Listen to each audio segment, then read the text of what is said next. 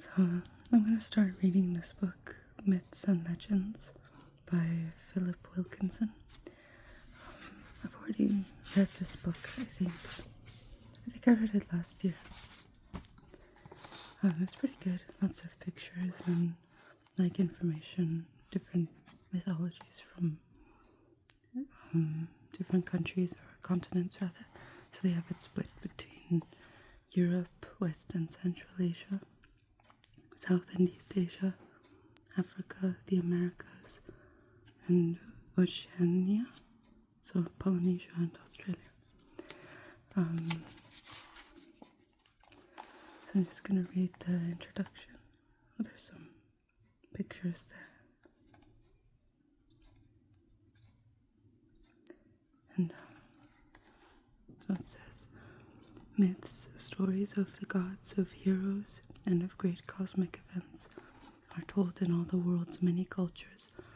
They deal with the deepest, most fundamental issues, the creation of the universe and the human race, the nature of the gods and spirits, what happens to us when we die, and how the world will end. They examine love and jealousy, war and peace, good and evil. Myths explore these crucial issues with intriguing plots, vivid characters, memorable scenes, and concepts that touch our deepest emotions, and so they have become eternally fascinating. Myths began as tales told around the fire by successive generations, and in places they are still passed on orally. Later, with the invention of writing, people began to write their myths down and adapt them in new ways, turning them into plays, poems, or novels, for example. Some of the world's greatest literature, from Greek epics of Homer to the sagas of early Icelandic writers, are based on much older myths that were originally told orally. Myriad myths. Because of their oral roots, myths are not set in stone. Each one endlessly retold, has spawned variations. Often there is no single correct version of a myth. The name of a god will change from one tribe to the next. A twist in a tale will be explained in a different way by neighboring groups. Written versions of a myth multiply the retellings still further. This book can only tell a fraction of the world's myths, and usually only gives one version of each story, but it does contain a generous selection of myths from around the globe, including many of the cultures of Europe, that because they have been written down and widely circulated have had an enormous influence across the world. Some cultures have thousands of deities, so the scope for variations in their myths is almost infinite. Cosmos and people. Among the seemingly endless variety of myths are common themes. Nearly every mythology starts with a question: how did the universe begin? Often the shadowy creator takes the first step, a god perhaps who wills himself into being. Frequently the creator is faced with a cosmic egg. In one variation of the Chinese creation myth, for instance, the god Pangu has to break such an egg to form the land and sky. Sometimes a creator has to fetch land from the depths of a primal ocean, like Earth Diver, a common figure in Native American myths. In other myths, the world is the offspring of a male and female creator. Often people come much later. Usually they are molded from clay or carved from wood. Like human sculptors, the gods often make several false starts. Myths from Mexico to Greece tell of 3 versions of people, only the last being right. Sometimes the first people are male, and when they begin to die, the gods make women so that the people can reproduce.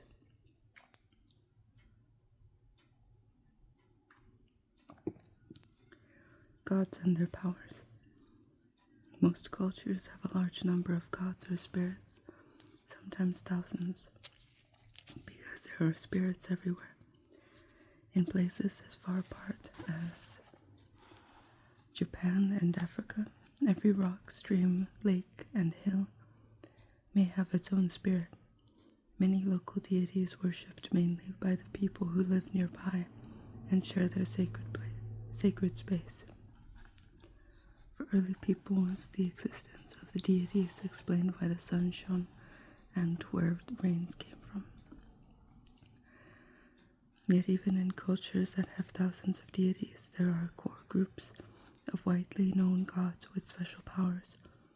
There are gods of the sun, the rain, the sea, the sky, the mountains, and the rivers.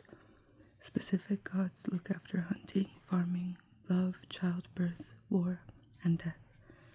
These myths involving these gods tend to relate closely to their roles. Many other myths involve mortals with extraordinary superhuman powers. These heroes accomplish apparently impossible tasks and win battles single-handedly, and even visit the underworld. They may also be culture heroes who teach people important skills such as fire making. Their achievements are often so great that they become gods when they die. Myths of the elements. Among the most prominent gods are those of the elements, notably the sun and rain. They determined whether crops grew, so the sun and weather gods were often the most widely worshipped of all the gods. From the Inca sun god Inti to the Greek sky god Zeus, they were supremely powerful. Some of the most familiar mythical themes concern the elements. Many cultures have a myth in which the sun disappears, depriving the world of food and warmth, and explaining night and day. Other cultures, such as China and parts of Africa, have a myth in which there is too much sunlight, where the gods reduce or counter with night. Worldwide, wrathful gods send great floods, sometimes wiping out all but one human family before normality is restored. Stories like these explain natural disasters and encourage people to honor the gods so that they will not unleash their anger. They are also gripping tales of adventure and rescue. The importance of myths. Myths reinforce the cultural identity of people who tell them. For the Aborigines of Australia, the origin myths of each tribe tell not only of the ancestors, but of the routes they took across the land when they brought each natural feature into being. The land, its people, and their myths are united inextricably. Myths were just as important to the ancient Greeks, who named their greatest city, Athens, as its patron goddess, Athena, to the Incas, who believed their rulers to be descended from the sun god himself, and to the Norse, whose warriors tried to emulate their great god Odin. The vitality and importance of myths is seen not only as in their countless retellings, but in the way their gods, heroes, and creatures have inspired artists. From China to ancient Rome, artists have painted and carved images of the gods, an activity that is sometimes itself an act of worship, sometimes more simply a celebration of the deities and their deeds. Myths arise from an intimate relationship between people and the natural and spirit worlds, something so many of us have lost. They operate on the borders between reality and fantasy, celebrate oddity and uncertainty, and describe terrifying cosmic forces. They also deal with great excitement and inspiration. Myths are the most enthralling stories we have because they touch our hearts and minds and reach to the very core of our being. So this is the first section, Europe. Looks like that's a cyclops there. Tree. Is that Pegasus? This is these guys there. I keep coughing. I hope I'm not getting sick. So there's this not illustration, a picture It says, altar to the goddess Fortuna. This altar comes from the city of Cerveteri, built by the Etruscans, who were the Italian forerunner of the Romans. It depicts a sacrifice to Fortuna, a goddess of destiny who steered the course of people's lives and who was later worshipped by the Romans.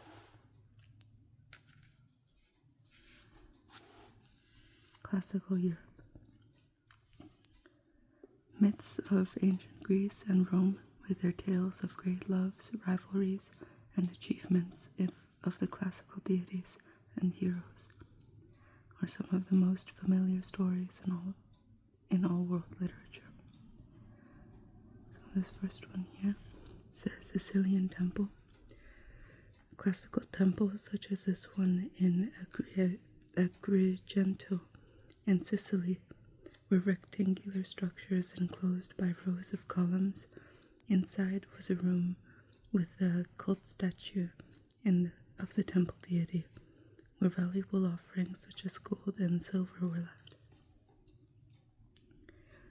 And there's this one here, the sacred robe of Athena.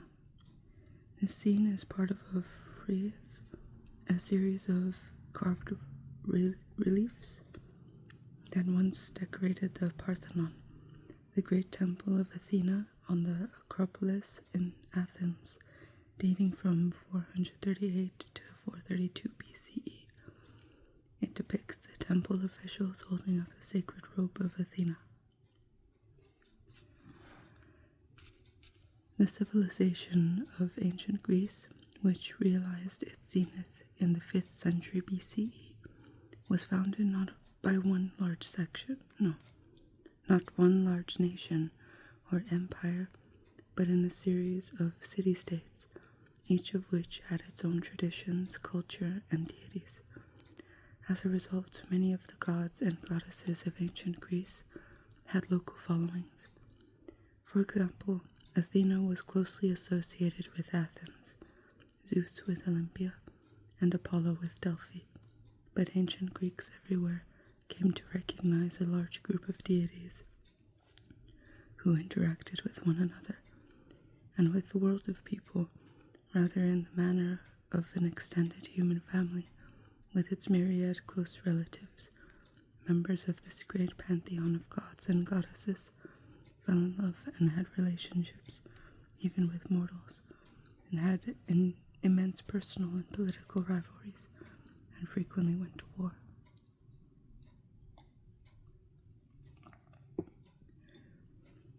The Greeks and their gods. The ancient Greeks worshipped their deities by leaving offerings to them in temples and honored them by holding regular festivals. Much is known about this worship because many of their temples, together with ritual objects and cult statues, have survived, and ancient Greek writers described religious rituals such as making offerings of food and wine. In return, worshippers hoped that the deities would look kindly on them, since most gods and goddesses were said to take a keen interest in human affairs. In the mythical Great War between Greece and Troy, for example, every stage of the conflict, together with the final outcome, was influenced as much by the actions of the deities as by what the men of the two sides actually achieved on the battlefield. The myths of Greece also show this interaction between deities and humans in the guise of numerous heroes, figures who are mortal, but because they often have one divine parent, have some of the characteristics of the divine. Stories of heroes like Heracles and Jason, involving great adventures and journeys as far as the underworld, have been endlessly retold. An enduring influence. When Greek civilization declined, the myths lived on in various ways. As the Romans built up their vast empire, they adopted local deities wherever they went. They found the gods and goddesses of Greece especially appealing and combined their personalities with their own deities to create figures that were closely related but subtly different. The sky god Jupiter, for example, is the Roman equivalent of the Greek god Zeus, but differs from him in several ways. The Romans linked him with justice, with the keeping of oaths, and with their magistrates, who made sacrifices to him when they took up their office. The art and architecture of mythological depictions of the Greeks were also preserved and had a longer-term impact, particularly on artists and writers in Western Europe during the Renaissance.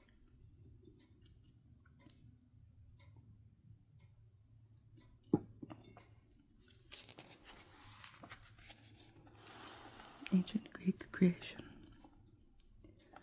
Well, there's this picture, like a snake on an egg or something. Orpheon. The serpent Orpheon coiled itself around the egg laid by Urinum, which contained the beginnings of all things that exist. And there's this one, the dove. The story of the primal goddess Eurynome taking the form of a dove is a very early one that exists mainly in fragments of ancient Greek writings. Classical mythology contains several accounts of the creation, telling how the creator deities gave the universe shape and form before the first races to inhabit the cosmos were born. These creation stories give the background to the birth of the gods and goddesses who dominate much of classical mythology, and who were believed to dwell on Mount Olympus. The myth. In the beginning there was nothing but a vast dark void called chaos. Out of this emptiness, the creative force emerged. The various Greek accounts of creation give this force different names. In some, she was a goddess called Eurynome, who coupled with a primal serpent called Orpheon to begin the process of creation, while in others she was Gaia, Mother Earth. The primal egg. Eurynome took the form of a dove and laid a great egg, around which Orpheon coiled. Warmed by the serpent's coils, the egg hatched, and out of it came all things that exist. Uranus, the sky; Aurea, the mountains; Pontus, the sea, and all the stars and planets; Gaia, the earth, and her mountains and rivers emerged from the egg at the same time. When all these things were born, Eurynome and Orpheon traveled to Mount Olympus and made their home there. But Orpheon declared himself sole creator of the cosmos, and Eurynome punished him for this by first kicking him, and then, when he persisted, by banishing him to the underworld forever. Mother Earth. Others say that the primal creator was Gaia. She and Uranus, the sky, made love, and Uranus sent life-giving water onto her surface. From this union were born not just the lakes and seas, but also the earliest races of creatures that inhabited the earth. The first of these were the 100-handed giants, each of whom had 50 heads and 100 arms, branching out from their shoulders. Then came the Cyclops, a race of one-eyed giants who were skilled in metalworking. Some say that later they attacked the god Asclepius, so his father Apollo killed them. Their ghosts still haunt the caves beneath the volcano Mount Etna. Others claim that the power and skill of the Cyclops frightened Uranus, who thought that they might rob him of his power. So Uranus banished them to the underworld. The most important race produced by Gaia and Uranus was a group of giants known as the Titans. They became the first rulers of the earth and started families with their female counterparts, the Titanesses. Their children became some of the most powerful gods and goddesses, such as Helios, the sun god, and Eos, the goddess of dawn, who were the children of Hyperion. Most influential of all were the children of Kronos, the leader of the Titans, who became the deities of Mount Olympus. So I'll stop there for today. Let me get my thing.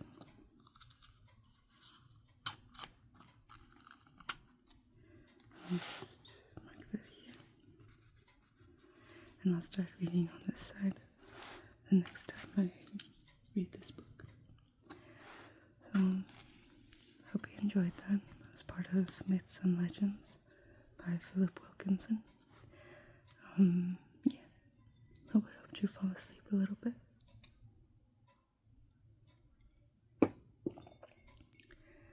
Yeah, thank you for subscribing and liking and watching my videos and everything. Hope it helped you fall asleep a little